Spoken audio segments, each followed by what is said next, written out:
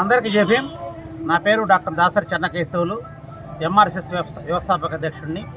మిత్రులారా, ఈరోజు డాక్టర్ బాబాసాహెబ్ అంబేద్కర్ 135వ జయంతి సందర్భంగా కలిదిండి మండలంలోని కొచ్చెర గ్రామం రావడం జరిగింది.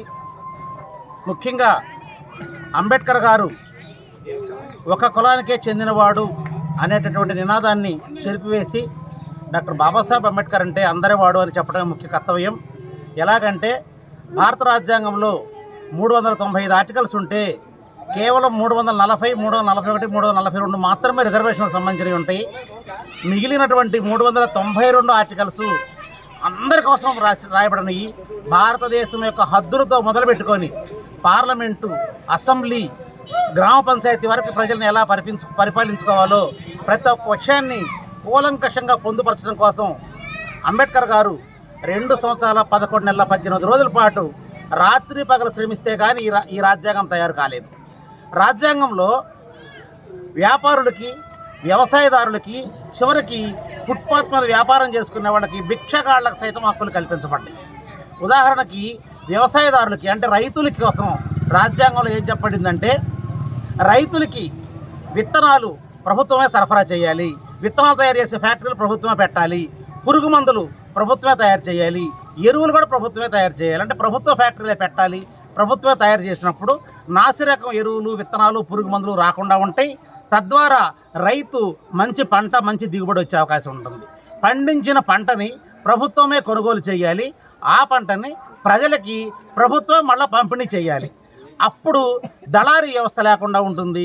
ప్రజలకి సరసమైన రేట్లకి వస్తువులు అందుతాయి, రైతుకి గిట్టుబాటు ధర అందుతుందని రాజ్యాంగంలో స్పష్టంగా పొందుపరచబడితే ఆ విధానానికి స్వస్తి పలికి మన పాలకులు ఎవరైతే 78 సంవత్సరాల నుంచి పాలకులు ఉన్నారో ఎరువులు, పురుగు మందులు, విత్తనాలు ఇవన్నీ కూడా ప్రైవేట్ ఫ్యాక్టరీలకు అప్పచెప్పి ప్రైవేట్ ఫ్యాక్టరీలకు అంటే ప్రైవేటు వ్యక్తులకు లాభం చేకూరే విధంగా చేస్తున్నారే కానీ రాజ్యాంగాన్ని అమలు చేయడం లేదు.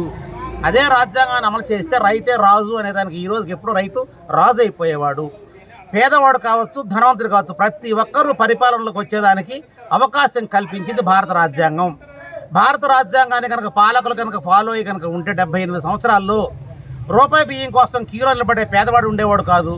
అదేవిధంగా రైతు భరోసా కోసం రైతు కీలో నిలబడ్డు, నాకు యూరియా బస్తాలు సబ్సిడీలు ఇవ్వమని చెప్పి రైతు అడగడు, నాకు తల్లికి వందనమో లేదా అమ్మఒడో ఇవ్వలే రాలేదు అని చెప్పి పేదవాడు కూడా ప్రభుత్వం కోసం చేతులు చాచడు.